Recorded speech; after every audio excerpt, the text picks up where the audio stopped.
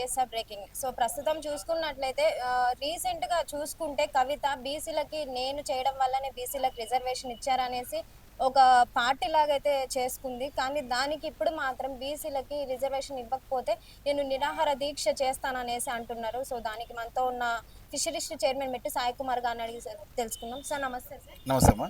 ఏంటి సార్ ఇంతకు ముందేమో నేను చెప్పడం వల్లనే రిజర్వేషన్ ఇచ్చారని చెప్పి పార్టీ చేసుకుంది, కానీ ఇప్పుడు మళ్ళీ నిరాహార దీక్ష చేస్తానంటుంది. అంటే ఒక చిన్న సామెత అమ్మ, అప్పుడు చిన్నప్పుడు గుర్తుకొచ్చేది, ఒక ఎడ్ల బండి పోతుంటుండే. ఎడ్ల బండి కింద ఒక చిన్న కుక్క ఉంటుంది. ఆ కుక్క ఏముంటుంది అంటే ఎడ్ల బండి నేనే మోస్తా అనుకుంటుంది. ఇంతకీ ఎడ్ల బండిని ఎవరు మోసిర్రు అందరికి తెలుసు. ఎడ్లుగా మోసింది రేవంత్ రెడ్డి గారు, దాన్ని నడిపిస్తుంది రేవంత్ రెడ్డి గారు. రేవంత్ రెడ్డి గారి కృషి వల్లనే బీసీ యొక్క రిజర్వేషన్ సాధకమైంది. అది అందరికి తెలిసి అది జగన్ సత్యం. అది మీరు మీ జాగు సంబంధించిన అధ్యక్షులే మీరు కనీసం జనరల్ సెక్రటరీ బీసీ ఉండడు, వర్కింగ్ బీసీ ఉండడు. మీ నాన్న పార్టీలో ఆయననే వర్కింగ్ ప్రెసిడెంట్, మీ అన్న వర్కింగ్ ప్రెసిడెంట్, మీ ఆయన ప్రెసిడెంట్, మరి మీ నాయననే సిఎల్పి మన పద్మశ్రీ నాయకుడు, ఎల్పి నాయకుడు.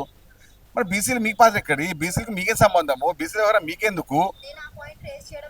ఏ అరే అట్లా మాట్లాడి వాళ్ళకి ఏం దొబ్బిందా? వాళ్ళకి ఏమనుకుంటారు అసలు?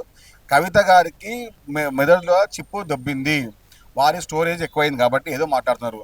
కవిత గారికి బీసీలకు సంబంధమే లేదు. బీసీలకు సంబంధించిన వ్యవహారం పూర్తిగా పరిణామం కాంగ్రెస్ పార్టీది. నేను చెప్తే ఒక సామెత, ఒక కుక్క ఒక ఎడ్ల బండి మోసేంత మాట ఉంటే అది ఎంత అబద్ధమో కవిత మాట కూడా అంతే అబద్ధం.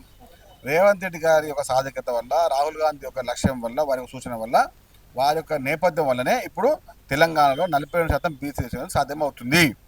దానికి పూర్తి కర్మ క్రియ కాంగ్రెస్ పార్టీ, రాహుల్ గాంధీ గారు, రేవంత్ రెడ్డి గారు, మహేష్ కుమార్ గౌడ్ గారు, వీళ్ళ పాత్ర ద్వారానే ఇప్పుడు బీసీ యొక్క సాధిక ఏర్పడింది. ఏదో మేము ఉన్నాం కదా అని చెప్పి తలోగామ అని మాట్లాడితే మరి ముచ్చట్లు కాదండి. అది పూర్తిగా కవిత గారికి మతి భ్రమించింది. కవిత గారి మాటలు పట్టించుకోకండి. బీఆర్ఎస్ పార్టీ నాయకులకు, జాగృతి నాయకులకు అందరికి కూడా ఎవ్వరికి కూడా బీసీల గురించి మాట్లాడే నైతిక హక్కు లేదు.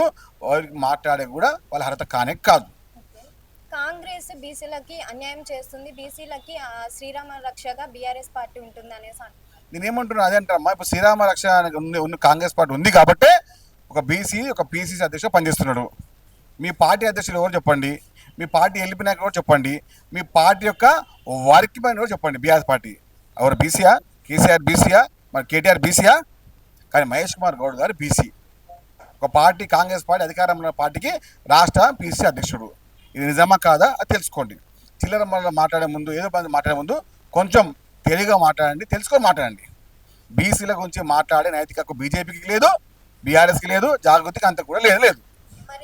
నిరాహార దీక్ష గురించి నిరాహార దీక్ష కాదండి, వాళ్ళకు టైం పాస్ పెటెంట్స్. అంటే పబ్లిక్లో ఉంటున్నాము, మేము ఉంటామని చూపించుకోనికి ఒక పెటెంట్ తప్ప వాళ్ళకు ఎలాంటి రాజకీయ నేపథ్యము బీసీల గురించి మాట్లాడే హక్కు వాళ్ళకి లేదు. వాళ్ళ రాజకీయం కోసమే మాట్లాడు తప్ప ఎప్పుడు కూడా బీఆర్ఎస్ పార్టీ కానీ, జాగృతి కానీ, బీజేపీ కానీ, ఇంకా ఈ 3 పార్టీలు కూడా బీసీల గురించి మాట్లాడే నైతిక అర్హత లేదు, హక్కు కూడా లేదు. Subscribe us and press the bell icon for more interesting updates.